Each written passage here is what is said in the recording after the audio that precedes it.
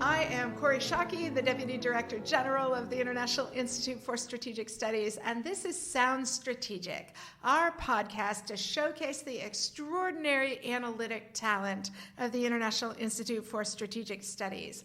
And I am delighted today to have with us Dr. Mahsa Rouhi. Her PhD is in Politics and International Studies from the University of Cambridge. She did her MA in Political Theory from the University of Sheffield, and her BA in Economics from Shahid Beheshti University in Iran. She is a central part of our nuclear non-proliferation and policy program, and she is an extraordinary expert on Iran. Mahsa, thank you so much for joining us today. Thank you so much for having me. It's a pleasure to have this conversation with you.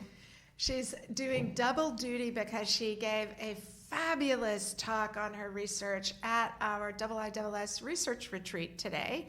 And so she was talking about the work she's been doing, the work she wants to do, and everyone was piling on in a dog pile, arguing about the important issues and the important research that she's done. So, Mahsa, I want to start you off with our standard question, which feels slightly ridiculous to ask you given your subject, but recommend something you're working on that's in the news these days. Well, what's really getting a lot of attention in the news these days is the escalating tensions between U.S. and Iran, and so this has been the focus of my work, particularly the new announcement by Tehran about how they will not abide with certain aspects of commitments under JCPOA. And also the tensions in the region and in the Gulf. And so all of this is happening, and I'm focusing on Iran's foreign policy decision-making and sort of a strategic vision and objectives in pursuing its policies. So one of the things that we were talking about in the research retreat today that I'm so intrigued by your view on is that Henry Kissinger famously said Iran has to decide whether it's a revolution or a normal state. And your work suggests that that's a false dichotomy. Talk our listeners through how you think about Iran's perception of itself, its strategy, and whether it's succeeding on their own terms. Sure. So as I mentioned, I think this question of whether Iran is a normal state or a cause is a false dichotomy. And the reason for that is that what we consider as Iran's ideological policies, i.e. their support for their proxies in the region, is really actually part of their defense and deterrence strategy in the region. And so I argue that ideology should be actually understood as what sort of gives Iran a particular unifying power in building its strategic alliances with the non-state actors in the region. And so the way we should think about it is that really ideology is a thread that is woven, or revolutionary ideology, I should say, in their strategic thinking, in their pursuit of their interests in the region. And, that is very important to understand, because mostly we hear discussion about, is Iran pursuing national interest or is Iran pursuing the export of the revolution? And that really is not how things are perceived and pursued in Tehran. It is actually the other way around, that the ideology is at the service of sort of expanding their influence from their perspective, obviously, of what they see as national interest and what they see as their as the policies that will help them with ensuring their security and survival in long term. I really like the distinction you make between revolutionary ideology and ideology, because when many people talk about Iranian ideology, what they are actually talking about is Shia Islam. And I'd be really interested in having you talk through whether you think sectarian Islam is the cause of some of these frictions or simply a useful tool for revolutionary ideology, for national power, for as a mobilizing factor for other things. It is actually the latter. It is a useful tool, and if you look at different alliances that Iran has with non-state actors, not all of them are Shia, and it's mostly a more deeply rooted, and actually there was a recent piece in Foreign Affairs about the cultural roots of these alliances, which sort of lays out this question very clearly. But I argue that these ideological factors are usually a tool to bring them together because they all need each other as they're trying to sort of survive or fight stronger forces in the region, or for Iran is the case that it will need these strategic allies in order to deter U.S. From an attack. So let me pull one other thread on this, which is your research about how decisions get made in the Iranian government, and in particular, the role of Ayatollah Khamenei in that decision-making. You not only looked at how his council has taken decisions, but also Ayatollah Khomeini, his predecessor and the great founder of the revolutionary state. Talk our listeners through that, because I found that extraordinarily interesting. Sure. So my research tries to showcase that this approach to look at the preferences of the leader, currently Ayatollah Ali Khamenei, or even Khomeini, who was a very charismatic, very strong revolutionary leader, that this view that their preference is exactly what's driving Iran's policy, and if they have a preference against something, that will never be a policy option, and so it has to be discarded, is false. And I look at particular highly important security decisions since the revolution, in which the preference of the leader has been one particular course of action, but then the decision and the policy that Iran has adopted has been something opposite to that. One example would be the decision to continue the war with Iraq in 1982, which was very well perceived by the West as Khomeini's ideology to export the revolution, and the reason why Iran did not accept the ceasefire and continued the war and entered Iraqi territory was part of a larger strategy to export the revolution. But actually, my research shows that was not the case, and Khomeini was very much against the decision for Iranian forces to enter the Iraqi territory.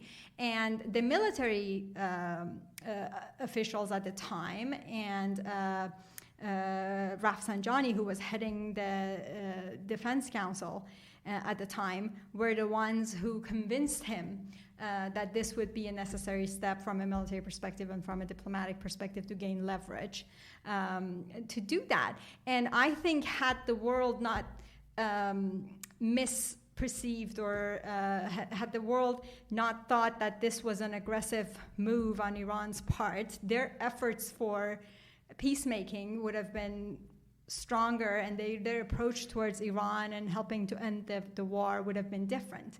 So, I think it's very important to look at what are the dynamics that these decisions are made, what are the interests and considerations that goes into these calculations before making a decision of how to deal with Iran or how to approach policy choices as it regards to Iran. This idea that I have in my work that instead of thinking about decision-making in Iran as a top-down process, it's actually a bottom-up process, that even though sort of the Supreme Leader... Tell us how that works. So basically the decision is shaped at the I wouldn't say lower level, at the president and the advisors and the ministers, etc., in all this sort of the bureaucratic politics, and then the supreme leader gets to sort of either veto or approve the decision. We think about it as a Khamenei leader-driven model. Exactly. We think about it as Khamenei sits and thinks and makes a decision and then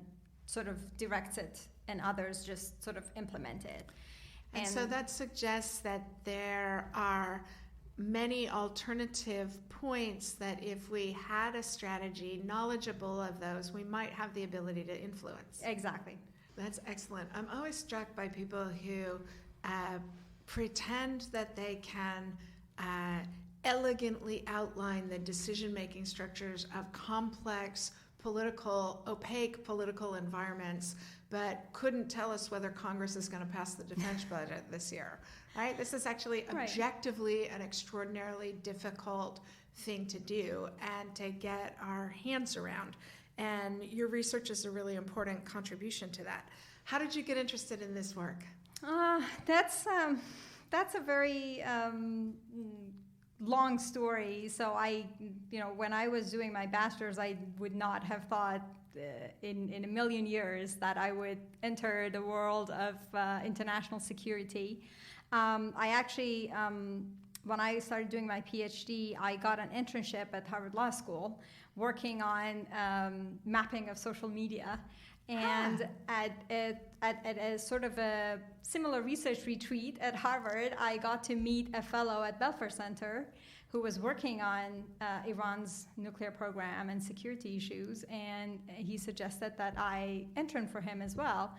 And through that process, I started becoming more and more interested in nuclear policymaking and nuclear world, and then I started studying it more. And I was just fascinated by security studies, and that's how I got into it. And I loved every bit of it. It's I'm not going to lie, it's a gloomy world because every day you're dealing with the doomsday, but at the same time you feel like you have a lot to do to help prevent the mother of all wars or the conflicts that could really change the world as we know it. Excellent. And what's your favorite book in your field? So my favorite book is The Strategy of Conflict. Yay! By Tom Schelling. So for those listeners who don't know, he was my teacher, the chairman of my dissertation committee. Oh wow, that's very lucky.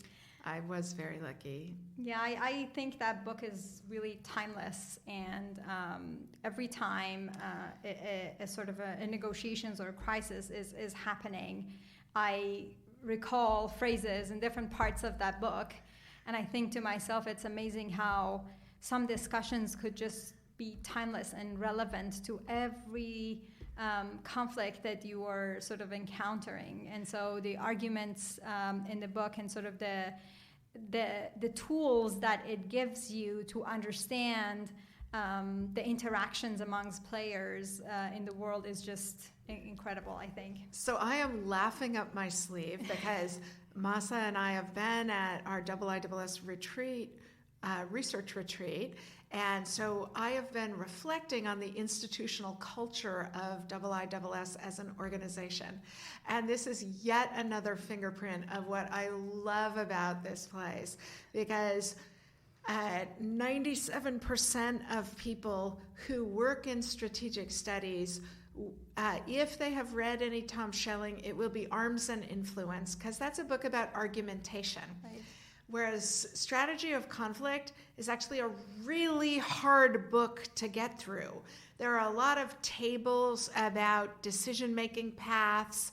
There are a lot of weighted variables in it.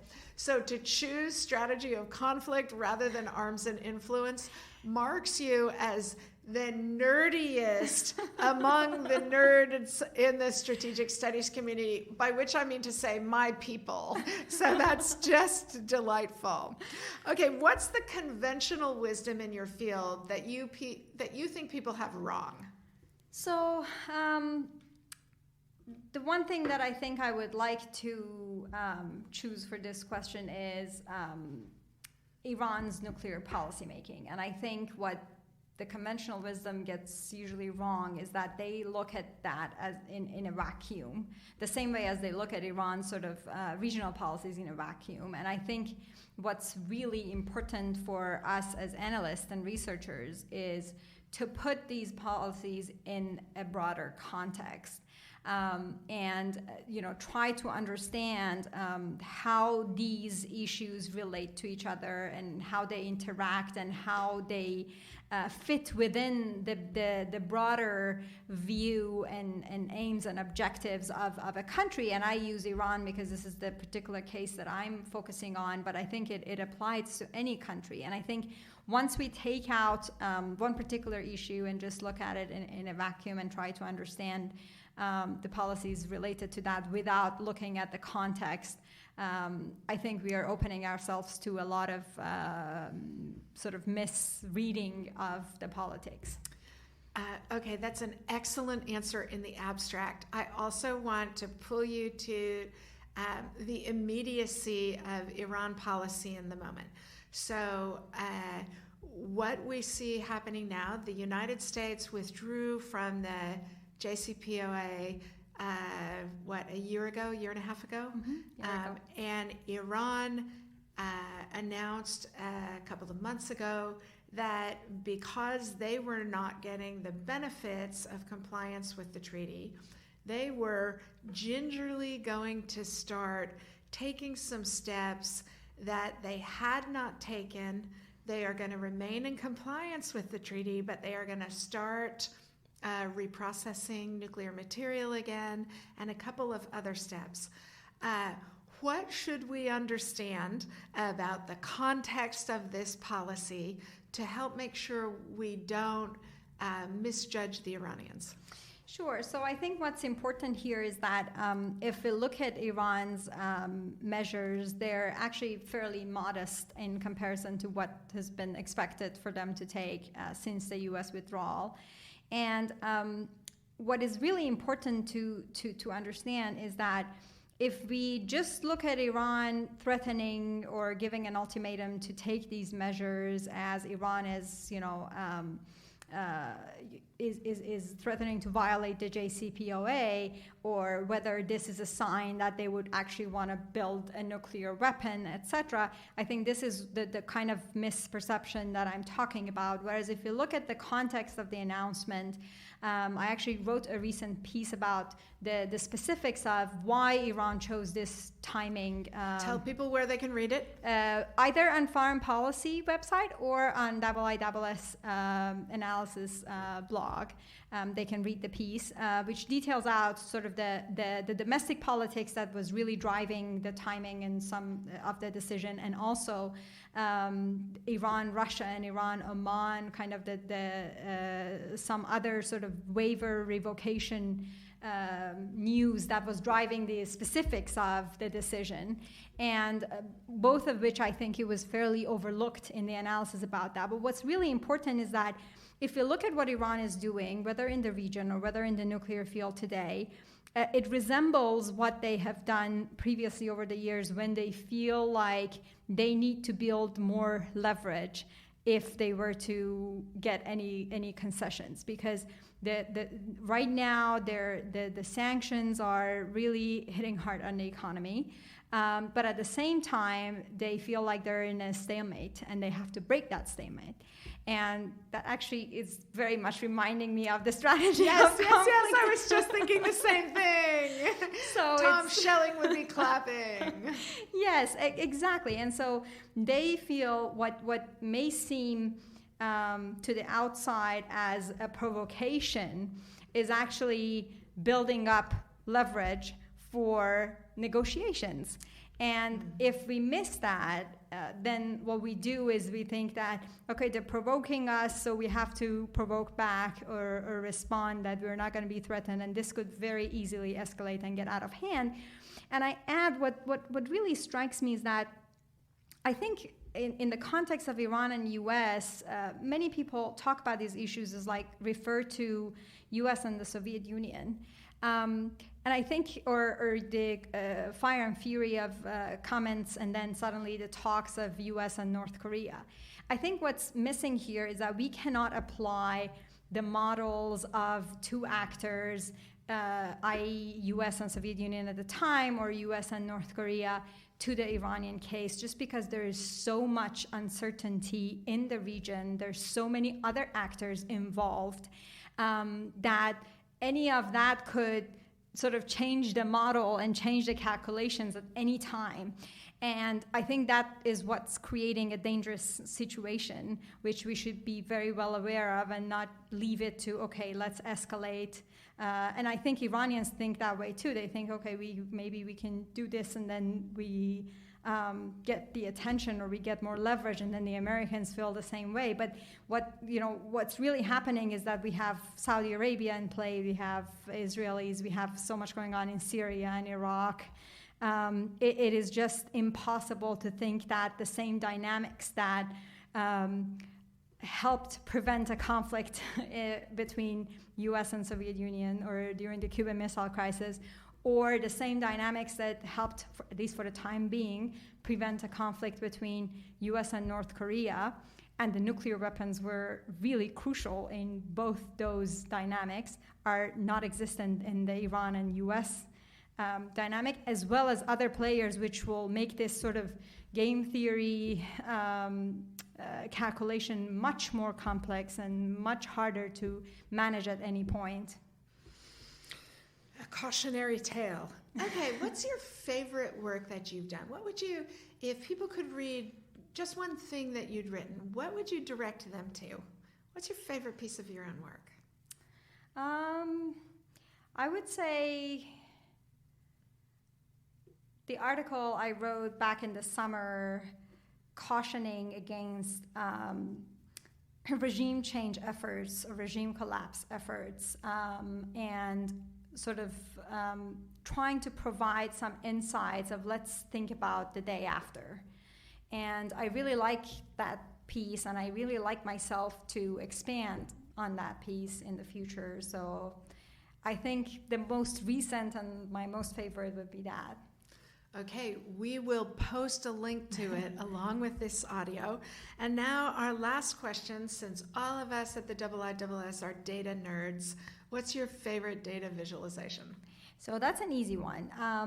First of all, I'm obsessed with visual data analysis, and I really, really hope that at some point I do something in arms control and nuclear energy, sort of a visual data analysis. And my favorite is Harvard's economic complexity. And I think their sort of visual data website is very innovative. And I like how they take a non-conventional approach to present data that might otherwise be something that you could find elsewhere. But they've brought together a variety, and they've very interesting presentational ways of this visual data. Excellent. I knew you were going to have one that I hadn't yet seen, so thank you for directing me to that. So here's what I learned in the course of this conversation, that we are wrong to think of a trade-off between ideology and traditional statecraft on the part of Iran, and we're wrong to think about ideology as religious sect in an Iranian context. That, in fact, revolutionary ideology is integral to how the Iranian leadership thinks about its defense and deterrence strategies, and that that religious sect, that is the Sunni versus Shia, the way that so many people who aren't Middle East experts frame up the issues between states in the region, that we need to consider the possibility, which you made a very strong case for, that religious sect is just a useful tool for accomplishing their ends. A third thing I learned is that in the Iranian case, the supreme leader's preferences are not don't always carry the argument, and that we're too simplistic if we think that the single point of influence or pressure or decision making in the Iranian system is dictated by the supreme leader. Also, I learned that Iranian responses to the U.S. withdrawal from the JCPOA and efforts to try and coerce Iran into negotiating what President Trump thinks is a better deal and what many other people would like to see include non-nuclear restraints on Iran, that Iran has actually been quite restrained in reacting to that and is trying to navigate the space between creating greater negotiating leverage or protecting themselves in the event of conflict with the United States, and giving enough of a response that it affects American play in this negotiation that Tom Schelling would have loved diagramming in strategies of conflict. And the last thing that I learned is about the Harvard Economic Complexity data visualizations, and that I need to go see them. Mahsa Rouhi, Dr. Mahsa Rouhi, thank you so much for this conversation and for your outstanding work for the IISS. Thank you so much. It was such a pleasure to have this conversation with you.